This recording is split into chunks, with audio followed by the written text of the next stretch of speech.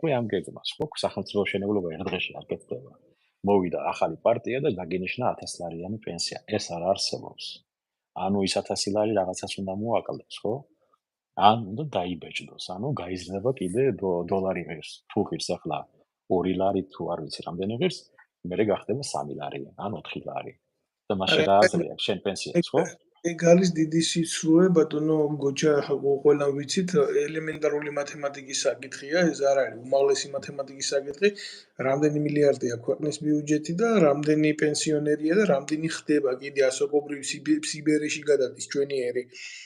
1000 ლარი პენსია, ეს არის ყველანაირად გაუაზრე ხაზარაძის პარტიიდან იყო. თქვენ გაფიქრეთ, ბატონ დავით, 1,5 მილიონი დარჩა რეალობაში საქართველოში. ეს რეალური ციფრი რაც არის. 1,5 მილიონი ადამიანი. 1,5 მილიონი ადამიანი, მე მგონი აი საქართველოს მოქალაქე. 1,5 მილიონი ადამიანიდან 500,000-ზე მეტი ადამიანი პენსიონერი არის. შენ საიდან უნდა მოიტანო 1000 ლარი, რომ მას 500,000 და ანუ მილიონი ადამიანმა უნდა იმუშაოს მუდმივად. მილიონი ადამიანიდან 700,000 შემწეობაზე დგას. ის 500,000-მდე არის პენსიონერი, 700,000-მდე არ ვიცი ახალი მონაცემები თუ არის, 700,000 იყო შემწეობაზე დგას ან ოჩერეთში არის. და გამოდის რომ 300,000 ადამიანმა უნდა შეინახოს 1,200,000 ადამიანი. ანუ და პლუს ემიგრაციას და ემიგრაციის ნაკადები კიდე არ არის სტაბილური.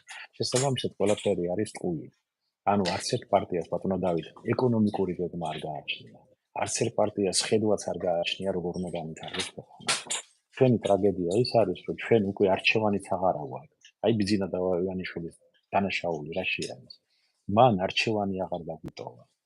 არის ერთ მხარეზე ნაგავი, მეორე მხარეზე ნაკლებად ნაგავი, მაგრამ ნაგავი. და იქიდან რომ დაიწყო ქექვა და ამოარჩიო რაღაცეები და დააწყო, მაგის დროს აღარ არის.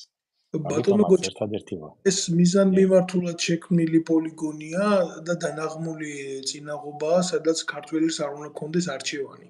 თქვენ ძალიან კარგად მოგეხსენებათ, რომ თუ თქვენ დაიწყებთ ახლა მაგალითად შექმნათ პარტია, მე ზოგადად ვამბობ გლობალურად ისე ფიგურალურად, აუცილებლად თქვენ შეგიშლიან ხელს და არ შეგიშვებდნენ იმ სივრცეში ერთი პატარა მოტივის გამო, რომ თქვენ შეიძლება წაიღოთ მინიმალური რესურსი, რაც ამ სოციოლოგიაში, უბრალოდ ქართული ოცნების სოციოლოგიაში ეს არ არსებობს, ამ პრობლემებს ქმნიდა.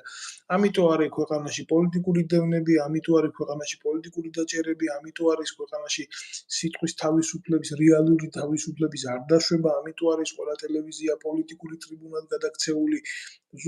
ეს ყველაფერი არის პრობლემა დემოკრატიული მექანიზმებისთვის. თუ სიტყვის თავისუფლება, გამოხატვის თავისუფლება არ აქვს, გამოთქმის თავისუფლება არ აქვს, არ იქმნება ის გარემო, რომელიც შემდეგ ასე მოძრაობაში მოყავს. აი, გეტყვით ბატონო დავით, ბოლო 30 წლის განმავლობაში თქვენი აზრით საქართველოსდან რამდენი ფულია გატანილი თუ იცით? ვერ გეტყვით, ახლა თქვენ დავით განსწავლული ამ მიმართულებით არა ვარ. 35 მილიარდ დოლარზე მეტია გატანილი საქართველოსდან. ბანკების მეშვეობით სისტემა და პლუს ამას ემატება კიდე ეს კაზინოების სისტემა, რომელიც ფულის რესურსით არის დაკავებული. აი ეს აქედან არის გატანილი ფული საქართველოს. ანუ საქართველოსდან მაგალითად ავიღოთ ბანკები ავიღოთ თუნდაც მინიმუმ 2-3 მილიარდი გადიოდა წელიწადში მინიმუმ ბოლო 10 წლის მანძილზე. და უკან შემოდიოდა ჩვენთან ვითომ დახმარების სახით, ხო? ცინიკური არ არის მიდგომა, თუნდაც ამ რო შევხედოთ გლობალურად ამ სისტემას. მაგიტომაც ჩვენ გეგმები არ აქვს, როგორ დავიცვათ ჩვენი ბაზარი, როგორ დავიცვათ ჩვენი მოსახლეობა. მაგალითად თუ შეიძლება ჩვენ რო ავიღოთ და სპეციალურ კანონები მივიღოთ, რომ წიაღისეულიდან მოპოვებული რაც კი არის მიწაში საქონელი და გაყიდული იმის 40% უნდა შებოდეს ბიუჯეტში და მიდიოდეს პირდაპირ ხალხის კეთილდღეობისთვის, ანუ პენსიებზე დანამატი, ან საგანათლების სისტემაზე დანამატი. თქვენ წარმოიდგინეთ ეს რამხელა კოლოსალური თანხა იქნებოდა. ბანკი აკეთებს ფულს საქართველოში, კი ბატონო აკეთებს ფული, მაგაში ცუდი არაფერი არ არის. მაგრამ საქართველოს ფარგლებს გარეთ გააქვს ფული, მაშინ დაუბეგრე 60%-ით. მორჩა, ის 60% მიდის განათლების სისტემაში. არ უნდათ, კი ბატონო, დატოვონ ფული და ატრიალონ ფული ბიზნესში. და ასე უნდა გააკეთოს საქართველოს ხელისუფლებამ შემდეგი 40 წლის მანძილზე, რომ ქვეყანა გამოვიდეს, მიიღოს ის კეთილდღეობა, რაც საჭიროა, რომ ქვეყანა ფეხზე დადგება მაგით. ელემენტარულია ეს, ხო? ესე არის. მათემატიკა არის. მინდა გითხრათ, საფრანგეთში ასეა, ბიზნესის 55%-ზე მეტზე გავლენა სახელმწიფოს აქვს და სახელმწიფოს აქვს კანონით ისე სერიოზულად გაშლილი საგადასახადო სისტემა, რომ მოგება მინიმალურამდეა დასული. კერძო მისაკუთრებით. კი, ახლა ჩვენ სოციალურ სახელმწიფოს ვაშენებთ, არა სოციალისტურ, არამედ სოციალურ სახელმწიფოს, ხო? შესაბამისად, ჩვენ 3 მილიონიან ქვეყანაში, არა, ეს ადვილია განხორციელების ბატონო. ახლა ბევრი იტყვის, რომ აი განსაკუთრებით ის ხალხი, ვინც ბიზნესებშია და ის ეგრევე იტყვიან, ეს შეუძლებელია, მაგდენი ფული არ არის. მაგრამ ციფრები ნახეთ, კაცო, ბანკს რამდენი მილიარდი გააქვს საქართველოსთან. გაღატაკებული საქართველოსთან მილიარდზე მეტი მოგება რო აქვს დოლარზე. მოგება. და 6 მილიონ ლარს იხდიან ჯარიმას, რომ არ გადაუხადონ ხელფასი საკუთარ თანამშრომელსაც კი. აბა დათვალეთ 10 წელიწადში რამდენია გაკარგული. უკაცრავად.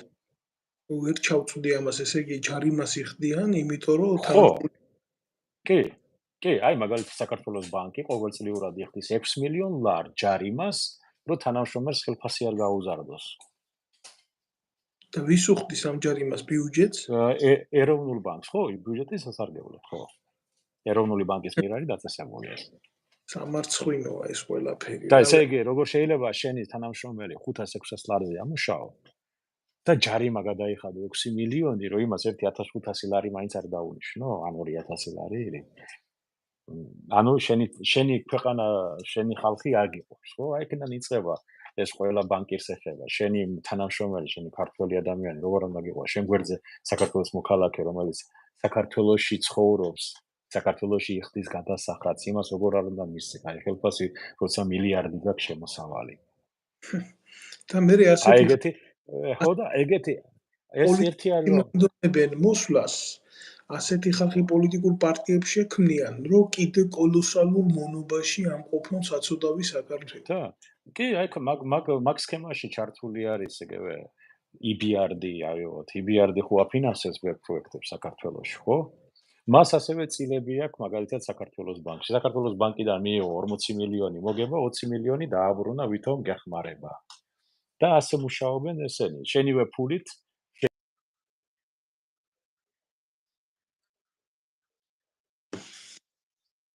ბიზნესის ესეთი გადახრები არის, მაგრამ ჩვენ იმიტომ გვიკეთებენ ამას, რომ ჩვენი სახელმწიფო თავის სიმაღლეზე არ დგა.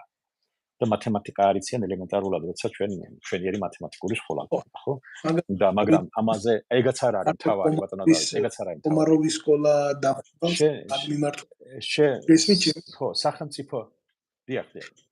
ვერ დავიჯერებ მაგას, რომ საქართველოში თუნდაც აი სახელმწიფო ეშელონებში არ აყავთ მინიმუმ ისეთი ბუღალტერი, რომელმაც ეს ცოდვები არ იცოდეს. ეს ყველაფერი კარგად, იმიტომ რომ არა, მე მრჩება ესეთი ილუზია, რომ ილუზია დავარქვათ ამას, რომ ესე ამათმა ძალიან კარგად იციან და ხელთ ჩაკიდებული აგრძელებენ ესეთ სიმახინჯეს რა. ეს ცოდვა არის. ეს დანაშაულია. რა თქმა უნდა. აი ახლა მე მესმის ბატონო დავით, თქვენ არ იცოდეთ ეს. მე შეიძლება მე არ ვიცოდი, მე სამხედრო ყოფილი სამხედრო ვარ, ხო? რიგითმა ადამიანმა არ იცოდეს კიდე სხვა, რომელიც არ არის მაგაში ჩახედული და არც უნდა რატომ უნდა იცოდეს ყველაფერი, ხო?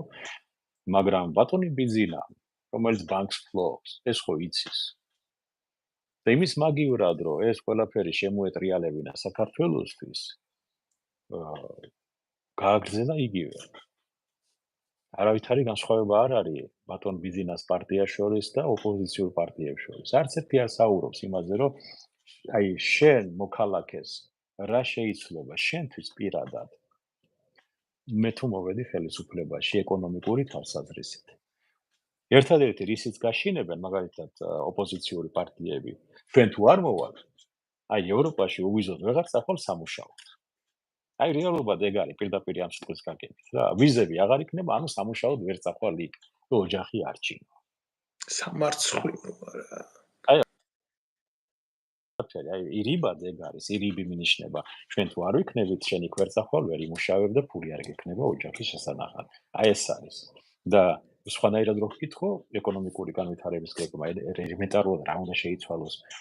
აი წყალი იყიდება მაგალითად, ხო, დიდი რაოდენობით საქართველოსა და მარგანეცი იყიდება დიდი რაოდენობით საქართველოსა და პირდაპირ ამ რა ვიცი, რაღა არ იყიდება. ხო? აი რა მე მგონი რესურსები, ნატურალური რესურსები. საზღვაო პროდუქცია მთლიანად გაყიდული არის, ხო? სამარცხვინო რაღაც დაბალ ფასში.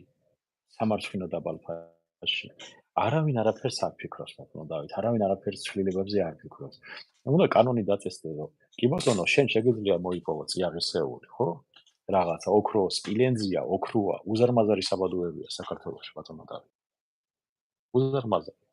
მე ვიცი პირადად რამდენიმე ისა რა ქვია კომპანია რომელიც ფლობს ამას და უბრალოდ ხლა არ აქვს საშუალება განავითარო, მაგრამ ფლობენ და სადაც ოქროა იქ სპილენძია, სადაც სპილენძია იქ ოქროა, ეს ორჯერ 4-4-ია, ხო? კიდე მრავალი სხვა რაღაცა და ესენი.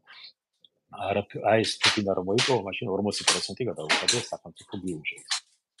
აი მაღაზია ანუ რომელიც წავა განათლების სისტემაში და პენსიონერებისთვის, ასე ვთქვათ, ხო? ასევე შექმნილი სადაზღვევო სისტემა. აი მაგალითად ემიგრაციაში კი მოვჭით, მაგრამ ემიგრაციისთვის რასაკეთებს სახელმწიფო? ერთადერთი რაც შეუძლია გააკეთოს, ეს არის აიღოს და თქვა ჩადოს ისა რა ქვია, ფული იმაში რა ქვია, რა ჯანდაბა არის. აი განავითაროს სისტემა, რომელიც რაღაცა შეცვლის ემიგრანტებისთვის. მაგალითად, აგზავნი ფულ შეგიძლია გადარიცხო 10% იმისთვის, რომ შენ რაღაცა სადაზღვევო სისტემაში რომ დაბრუნდები საქართველოში პენსია გქონდეს დაგროვილი მაინც. და ეგ არ არის.